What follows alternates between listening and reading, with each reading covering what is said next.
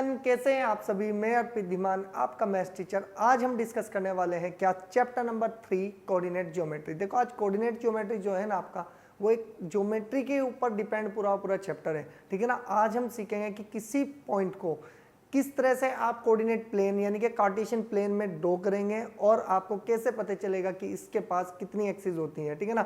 हम सीखने वाले हैं कि किसी पॉइंट को किस तरह से प्लॉट किया जाएगा आपका कार्टेशियन प्लेन में, और आपके पास एक्स एक्सिस और वाई एक्सिस जो उसमें आने वाली हैं वो क्या क्या कंडीशन आपको देने वाली है, ठीक है जी। तो चलो जल्दी से वीडियो शुरू करते हैं और सीखते हैं कि कोऑर्डिनेट ज्योमेट्री क्या होता है आपका।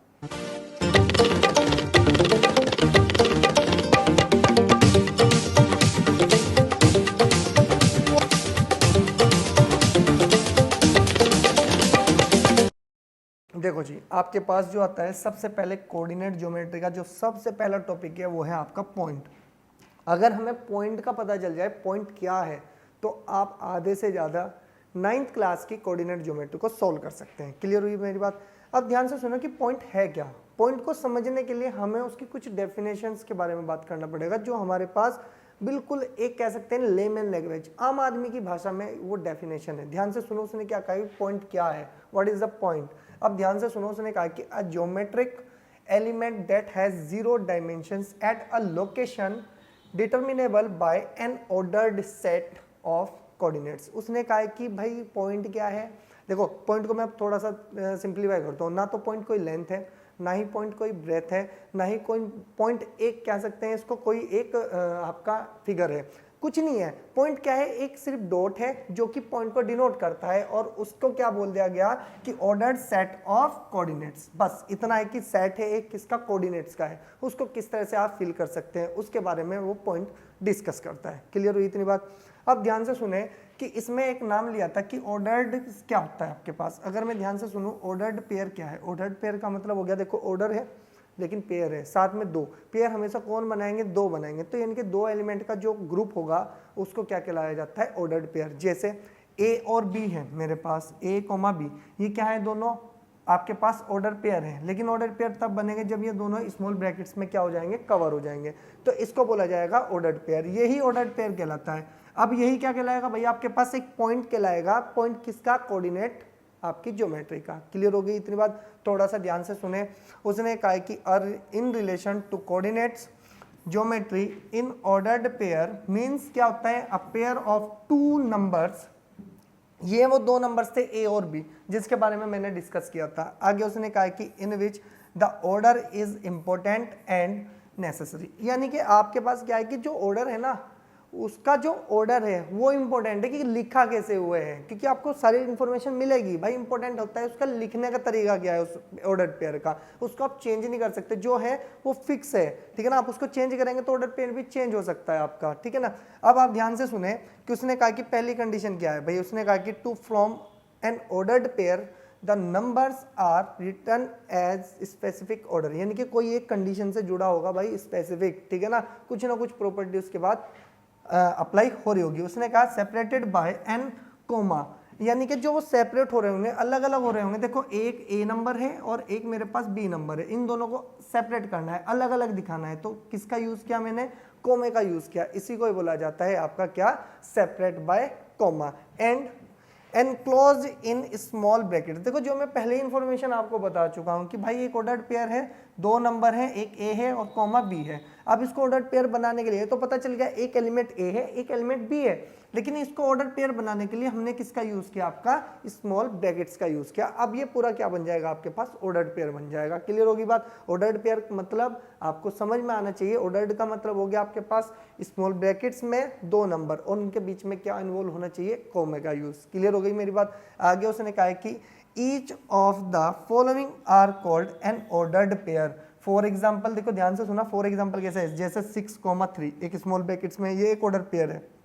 -2,3 ये भी स्मॉल ब्रैकेट्स के अंदर है, ये भी एक क्या है आपके पास, ऑर्डर्ड पेयर है।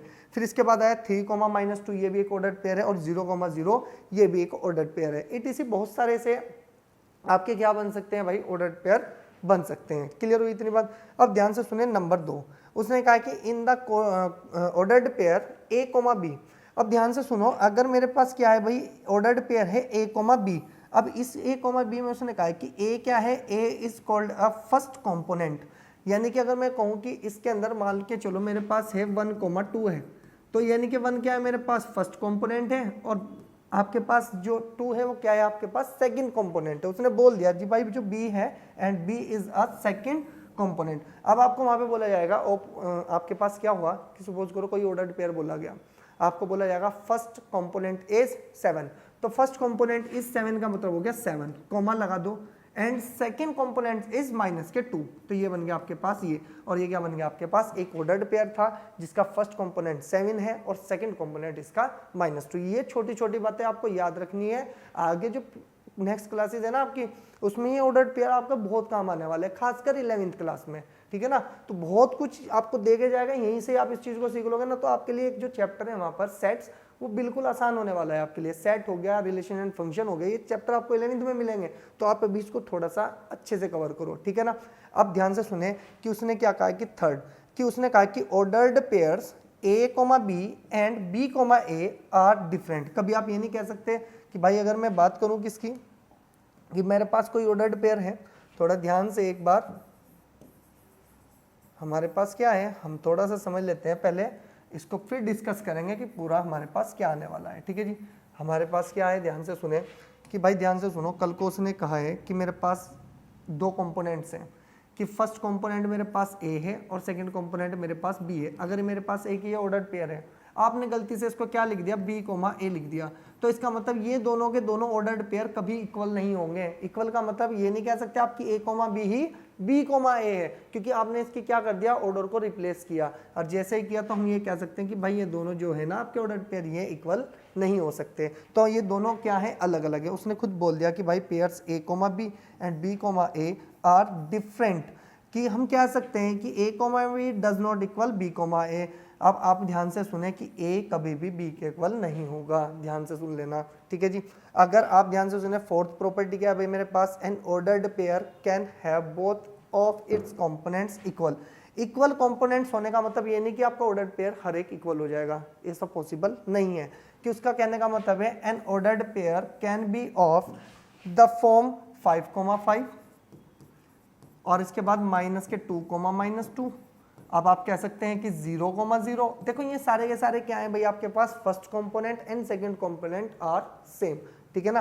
तो इसका मतलब क्या होगा, देखो जी 5,5 -6,6 आपका क्या होगा भाई आपके पास ये etc। कह सकते हैं आपके दोनों कंपोनेंट्स आपके क्या है, सेम है, लेकिन ये नहीं कह सकते आप 5,5 इक्वल्स टू 2 -2,2, ठीक है ना। तो ये अलग कंपोनेंट्स है, इसका मतलब क्या है कि भाई ये दोनों के, ये दो यानी कि जो ये आपका पेयर, ऑर्डर्ड पेयर है, ये क्या है आपके पास, दोनों कंपोनेंट्स इक्वल हैं। क्लियर हुई इतनी बात, ठीक है। अब ध्यान से सुने भाई अगली बात, अब आपको पता है कि मेरे पास अगर मैं कहूँ कल को कि भाई आपके पास कुछ कंडीशन आई, ठीक है, कंडीशन ने क्या कहा आपको कि भाई ये लो जी आपके पास है कि 7, -1, ठीक है ना, और आप कहने लग जाओ कि क्या ये इक्वल होगा किसके, कि -1,7 के। तो आपको पता है कि देखो अब आप देखो फर्स्ट कंपोनेंट क्या है, 7 है, लेकिन यहाँ पे फर्स्ट कंपोनेंट क्या है मेरे पास, -1 है। जब पहला ही इक्वल नहीं है तो दूसरा कहाँ से इक्वल हो जाएगा। तो इस तरह से याद रखना है, कभी भी आपके पास ऑर्डर्ड पेयर दे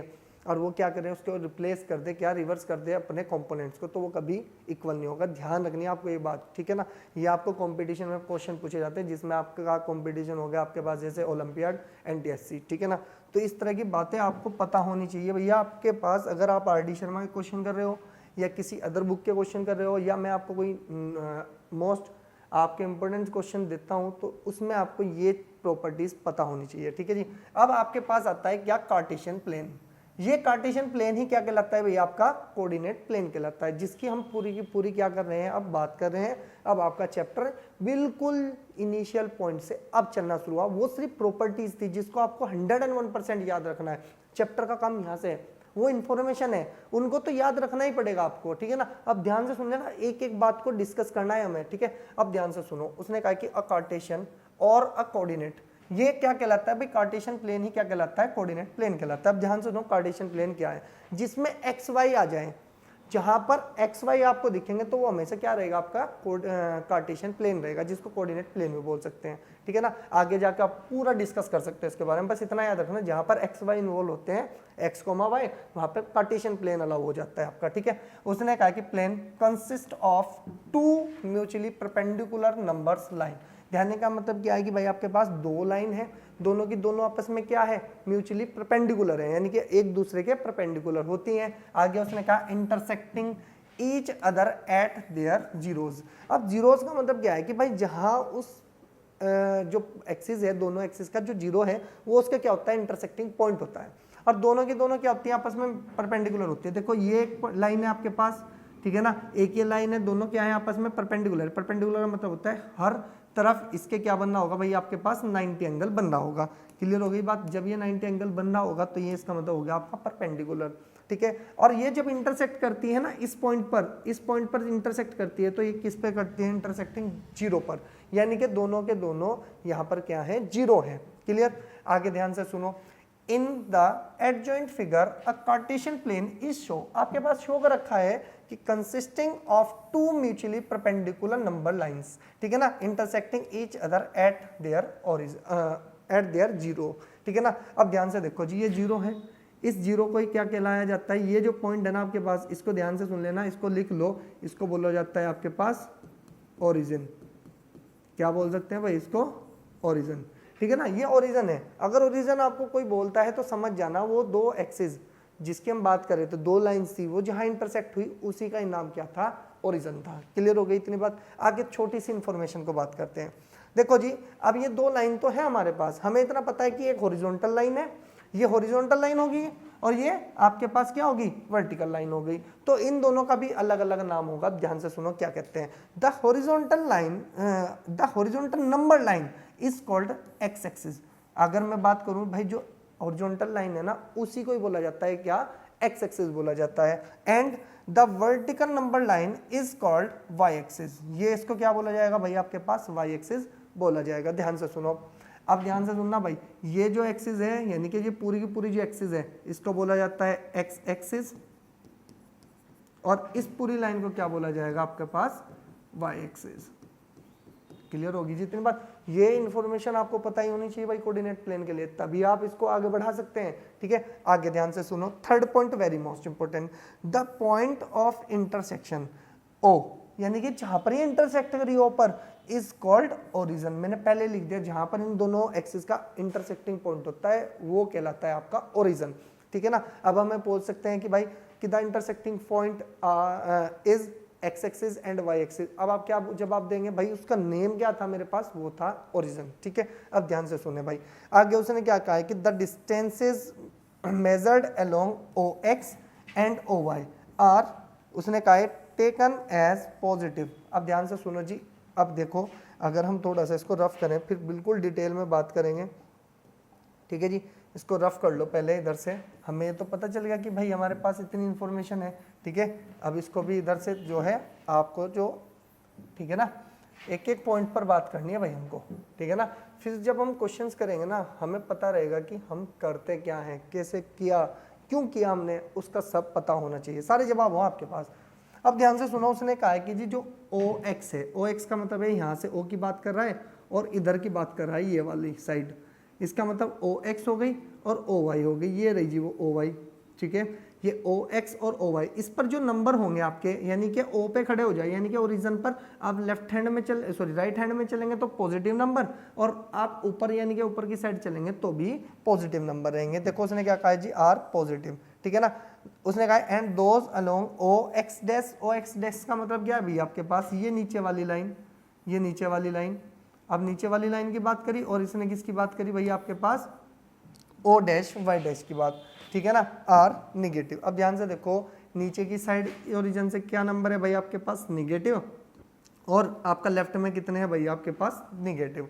तो ध्यान रखना, राइट में और ऊपर की साइड हमेशा पॉजिटिव नंबर्स, नीचे की साइड और लेफ्ट की साइड हमेशा आपका कितने रहेंगे, नेगेटिव नंबर रहेंगे। क्लियर हो गई इतनी बात। अब आगे चलते हैं। देखो इस तरह तो हमने डिटेल में पढ़ लिया कि भाई हमारे पास जो एक्स एक्सिस है वो दो पार्ट्स में डिवाइड होती है, एक राइट हैंड में जाएंगे तो पॉजिटिव है ओरिजिन से लेफ्ट में जाते हैं तो निगेटिव है, फिर ओरिजिन से ऊपर की साइड वाई एक्सिस पे चलते हैं तो पॉजिटिव है, और ओरिजिन से नीचे की साइड चलते हैं तो निगेटिव है। क्लियर हो गई इतनी बात। अब ध्यान से सुनो जी, अब आता है आपके पास कोऑर्डिनेट्स ऑफ पॉइंट्स। अब कोऑर्डिनेट्स में पॉइंट्स कैसे प्लॉट किया जाएगा इसको अच्छे से समझना है, ध्यान से सुने। The position of each point in a coordinate plane is determined by meaning of an ordered pair, यानी कि कहने का मतलब क्या है कि ब्रैकेट में उसने लिख दिया कि अ pair of number.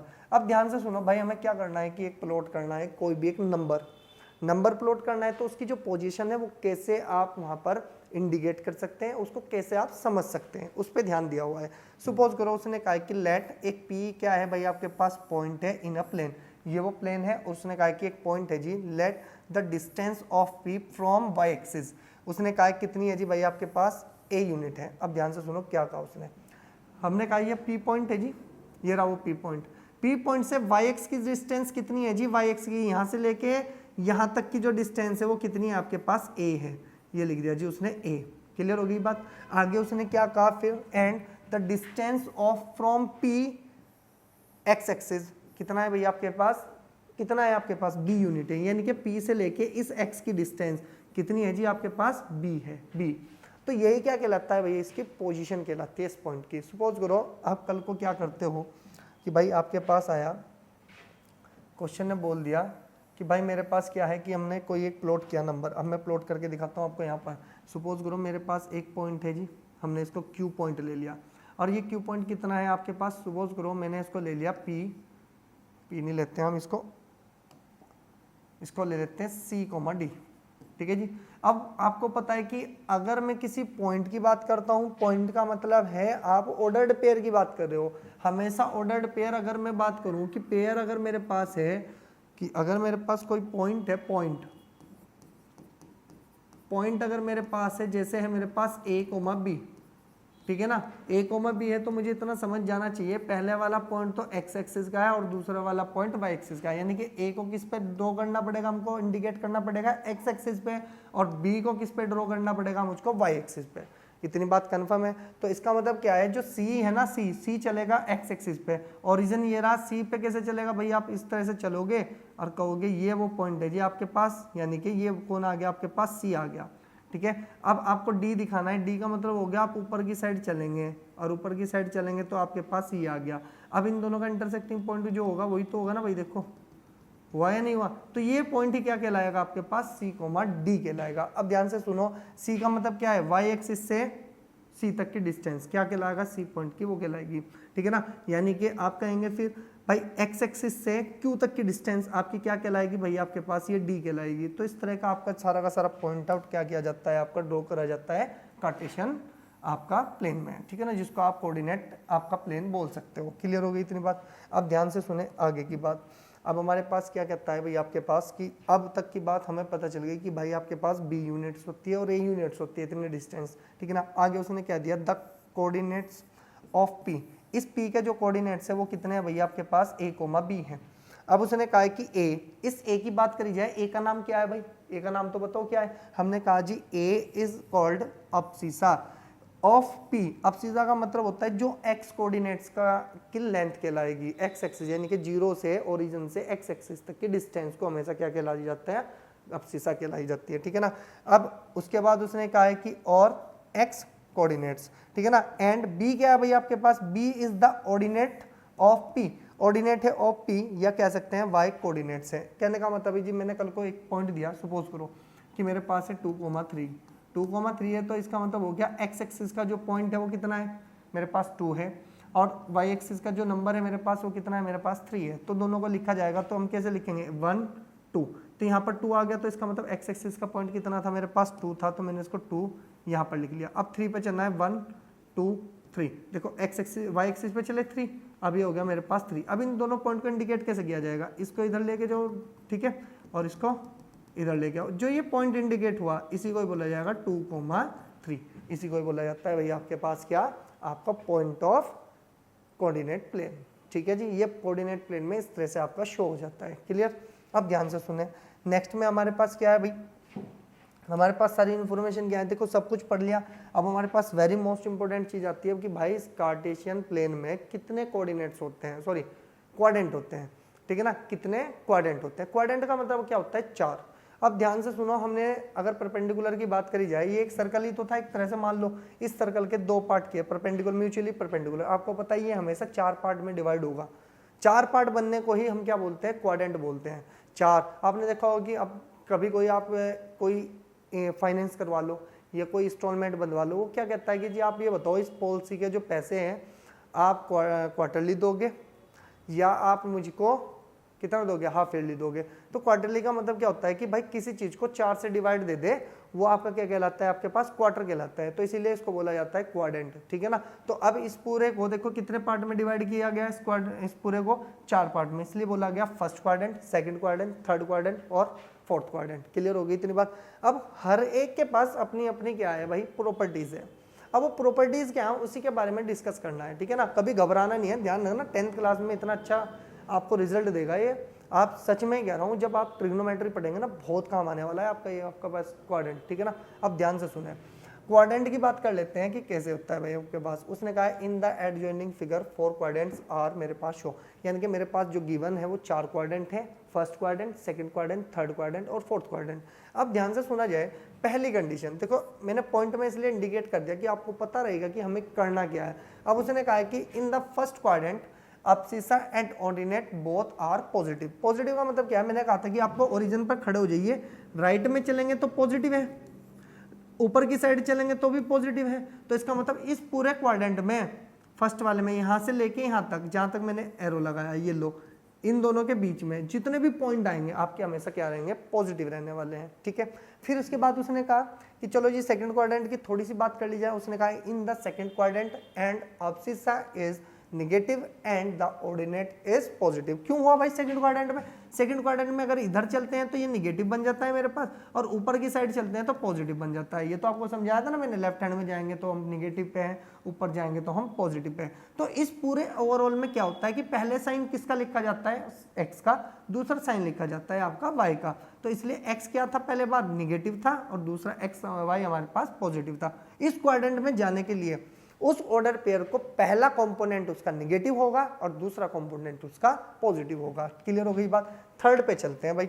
Third property क्या कहती है, in the third quadrant the abscissa and the ordinate both are negative. ध्यान से सुनो, अगर मैं लेफ्ट की साइड चलता हूं तो ये नेगेटिव, नीचे की साइड चलता हूं तो ये भी नेगेटिव। तो इसका मतलब इस पूरे क्वाड्रेंट में थर्ड में क्या आने वाले हैं, दोनों साइन आपके निगेटिव आने वाले हैं। क्यों, क्योंकि ये लेफ्ट में चला, वाई नीचे की साइड चला तो निगेटिव, तो दोनों निगेटिव है। तो इसका मतलब इस क्वाड्रेंट में दोनों ही आपके नंबर क्या होंगे, नेगेटिव होंगे। तो वो किसके मेंबर बन जाएंगे, आपके थर्ड क्वाड्रेंट के बन जाएंगे। क्लियर हो गई इतनी बात। अब चलते हैं फोर्थ प्रॉपर्टी पे, जो कि आज की हमारी लास्ट प्रॉपर्टी है। हमने जितना आज पढ़ा ना उससे ही हम अपने सारे क्वेश्चन को बहुत ईजिली कर सकते हैं, ठीक है। ध्यान से सुनो, उसने कहा कि in the fourth quadrant in the abscissa is positive and the ordinate is negative. Negative क्यों हुई भाई ऑर्डिनेट, ध्यान से सुनो, अगर मैं इस फोर्थ क्वाड्रेंट में चलता हूं तो 2 लाइन दिखती है मुझको। अगर मैं ओरिजिन से राइट पे चलता हूं तो ये तो पॉजिटिव हो गई, और नीचे की साइड चलता हूं तो ये निगेटिव हो गई। तो अब ध्यान से सुनो, पहले कौन लिखा जाता है आपका एक्स, एक्स पॉजिटिव है और वाई निगेटिव है। तो इसका मतलब इस फोर्थ क्वाड्रेंट में किसी भी ऑर्डर पेयर को इन्वॉल्व होने के लिए इसका पहला जो कंपोनेंट है पॉजिटिव रहे और दूसरा कंपोनेंट इसका निगेटिव रहे। तो क्या मिलेगा आपको यहाँ पर, ये फोर्थ क्वाड्रेंट का पॉइंट, यानी कि फोर्थ क्वाड्रेंट का ऑर्डर पेयर का मिलेगा हमें। क्लियर हो गई इतनी बात। ये पूरा पूरा क्वाड्रेंट का हमारे पास खेल है भाई, ठीक है ना। अब हमें सपोज करो कि कल को मैं आपको बोलने लग जाऊं, पहले इसको हम रफ कर लेते हैं भाई, ठीक है ना। हम समझते हैं कि कैसे इसकी प्रॉपर्टीज को हम डिनोट कर सकते हैं जी। कैसे करेंगे, ध्यान से सुनो भाई। सपोज करो कल को मैंने कहा जी मेरे पास एक पॉइंट आ गया, पॉइंट यहाँ पे लिखते हैं, मेरे पास आ गया 2, -4। कितना आ गया जी, 2, -4। कुछ बच्चे इंटेलिजेंट होते हैं भाई, अब वो क्या कर देते हैं कि सर इसमें से 2 को कॉमन ले लो और ये बन गया 1 - 2। अब इस 2 को हटा दो, ये तो किसी काम का नहीं है सर, 1, 2 इसमें पुट कर लो, और ये बिल्कुल आप गलत डायरेक्शन में जा रहे हो, ठीक है ना। तो आपका काम क्या है भाई, आप ऐसा कोई किसी भी ऑर्डर पेयर के साथ खिलवाड़ ना करें। तो आपका काम क्या है कि जी हम यहाँ पर देखेंगे कि x क्या है मेरे पास पॉजिटिव है, y मेरे पास नेगेटिव है। वो पूछना चाहता है कि इस ऑर्डर पेयर को किस क्वाड्रेंट का मेंबर होना चाहिए, किसकी क्वाड्रेंट का मेंबर होगा। तो हम यहाँ से देखेंगे x positive y negative. x positive right hand में होता है, y नेगेटिव आपका नीचे की साइड होता है। तो नीचे की साइड और राइट लेफ्ट की साइड चले, सॉरी कहाँ चल रहे हैं हम भाई, x किस पे चलना है हमारे पास पॉजिटिव, पॉजिटिव है तो हम कहाँ चलेंगे राइट में, और x नेगेटिव है तो y नेगेटिव है तो हम कहाँ चलेंगे नेगेटिव यानी कि नीचे की साइड। तो इसका मतलब वो क्वाड्रेंट का कौन सा मेंबर होगा भाई आपके पास, ये ऑर्डर पेयर फोर्थ क्वाड्रेंट का। कल को वो कहने लग जाए कि मेरे पास है -3, -5। अब वो कहे कि अब बताइए कि ये जो आपका ऑर्डर्ड पेयर है ये कौन से क्वाड्रेंट का है। उसका मतलब तो बिल्कुल ठीक है, x भी निगेटिव है y भी निगेटिव है, और ऐसा एक ही क्वाड्रेंट है भाई आपके पास, वो कौन सा है आपके पास थर्ड क्वाड्रेंट। हम कहेंगे -3, -5 इज आपका member of third quadrant. Clear हो गई है मेरी बात, ठीक है ना। इस तरह के कुछ क्वेश्चन आपको पूछे जाएंगे, बहुत इजीली क्वेश्चन पूछे जाएंगे, कोई आपसे ये नहीं है कि बहुत कुछ डिटेल में पूछा जाएगा, ठीक है ना। लेकिन जितनी आपने आज डिटेल में पढ़ा है ना, इतना तो आपसे क्वेश्चन भी नहीं पूछ पाएगा, ठीक है ना, क्योंकि आपको हर एक पॉइंट को अच्छे से कवर करना है। क्यों करना है, क्योंकि भाई मेरे पास हमें अच्छे कंपटीशन भी एग्जाम देने हैं, ठीक है ना। उसमें हम कैसे तैयारी करेंगे, हमारे पास सब कुछ है, इनफ है ये आपके लिए इस टाइम। आप कोई भी क्वेश्चन करोगे तो इससे रिलेटेड आप आराम से क्वेश्चन कर सकते हैं, ठीक है ना। जैसे ही मैं आपको अब जहाँ एनसीईआरटी कराऊंगा उसके बाद फिर मैं मोस्ट इंपोर्टेंट भी क्वेश्चन कराता हूँ आपको, ठीक है ना। तो जो ये आपके पास जो चल रहे हैं ना इंपॉर्टेंट क्वेश्चन, ये आपके बहुत ही काम आने वाले हैं, ठीक है ना। तो बस आप क्या करें कि इस कोऑर्डिनेट ज्योमेट्री के जो इंट्रोडक्शन पार्ट है इसको अच्छे से कवर करें, एक एक पॉइंट को नोट करें, ठीक है ना, और 2-3 बार इसको अच्छे से पढ़ें और कवर कर लेंगे हम हर एक क्वेश्चन के लिए हम इस इंट्रो पार्ट से अप्लाई कर सकते हैं, ठीक है ना। तो आपको इसका जो आपके पास ये है, आपके पास जो चैप्टर है कोऑर्डिनेट ज्योमेट्री, बस इतना ही इंट्रोडक्शन है, आप इसको अच्छे से कवर कर लें और हम मिलेंगे नेक्स्ट वीडियो में एक्सरसाइज के साथ। ओके स्टूडेंट्स, मिलते हैं नेक्स्ट वीडियो में।